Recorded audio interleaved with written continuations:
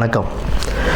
மகர ராசி நேயர்களே, 5ஆம் இடத்தில் இருந்த குரு இந்த 2025ஆம் ஆண்டு குரு பெயர்ச்சி உங்களுக்கு 5ஆம் இடத்தில் இருந்த ரிஷபத்தில் இருந்த குரு 6ஆம் இடமான மிதுனத்துக்கு பெயர்ச்சி அடைகிறார். 6ஆம் இடமான மிதுனத்துக்கு பெயர்ச்சி அடையும் போது 10ஆம் இடம், 12ஆம் இடம் மற்றும் 2ஆம் இடத்தை பார்வையிடுகிறார்.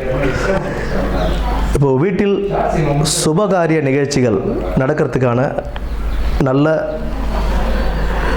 நேரம் தான் இது. உங்களுக்கு சற்றே தடை தாமதங்கள் ஏற்பட்டாலுமே சுபகாரிய நிகழ்ச்சிகள் வீட்டில் நடக்கிறதுக்கான நல்ல வாய்ப்புகள் உண்டு. 10ஆம் இடத்தில் 12ஆம் இடத்தையும் 2ஆம் இடத்தையும் குரு பார்க்கறதுனால உங்களுக்கு நல்ல வேலைகள் கிடைக்கும். இத்தனை நாளாக வேலை இல்லைங்க, வேலை தேடிட்டு இருந்தேன் அப்படின்னும் நல்ல வேலை கிடைக்கும். அந்த வேலையில் பொறுப்புகளும் கொஞ்சம் அதிகமாகவே இருக்கும். நீங்கள் ஒரு வேலையில் சேர்றீங்க அப்படின்னா அந்த வேலையோட அடுத்த ஒரு லெவலுக்கு உண்டான பொறுப்புகளும் நீங்கள் சேர்ந்து பார்க்குற மாதிரி இருக்கும். ஏன்னா 10ஆம் இடத்தை குரு பார்வையிடுறதுனால உங்களோட தொழில் ஸ்தானத்தை அவர் கெடுக்க மாட்டார். வேலைகளில் நல்ல ஒரு பொறுப்போடு செயல்பட வேண்டிய அவசியம் இருக்கும். பொருளாதார விஷயத்தில் கொஞ்சம் கவனம் தேவை. பண வருமானம் வருது அப்படின்றதுக்காக தேவையில்லாத வீண் செலவுகள், விரயங்கள் செய்கிறது அதெல்லாம் தவிர்த்துட்டு வரக்கூடிய வருமானத்தை எப்படி சேமித்து வச்சு நம்மளோட ஃப்யூச்சருக்கு அதை எப்படி யூஸ் பண்ணிக்கலாம் அப்படின்ற தாட்டோடு நீங்கள் இருந்தீங்க அப்படின்னா இந்த பொருளாதார வளர்ச்சி உங்களுக்கு ஒரு நல்ல வாழ்க்கையில் ஒரு நல்ல வழியை உங்களுக்கு காண்பித்து கொடுக்கும்.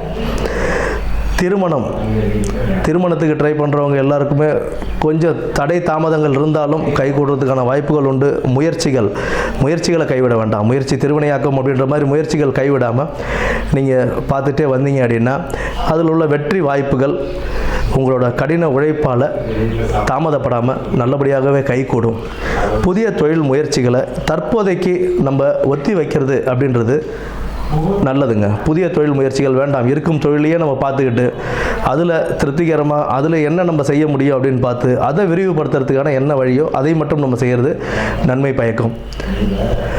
புதிய தொழில் முயற்சிகள், அதாவது தனியாக நான் இப்போ ஒரு கடை வச்சுருக்கேன், இன்னொரு கடை நான் தனியாக போட போகிறேன் அப்படின்ற கதையெல்லாம் வேண்டவே வேண்டாம். இருக்கிற தொழிலை எப்படி மேம்படுத்தலாம், அதே இடத்துல நம்ம எப்படி செய்யலாம் அப்படின்றத பார்த்துக்கிறது ரொம்ப முக்கியம். 6ஆம் இடத்துல குரு இருக்கிறதுனால நம்மளுடைய பேச்சில் நிதானம் தேவை.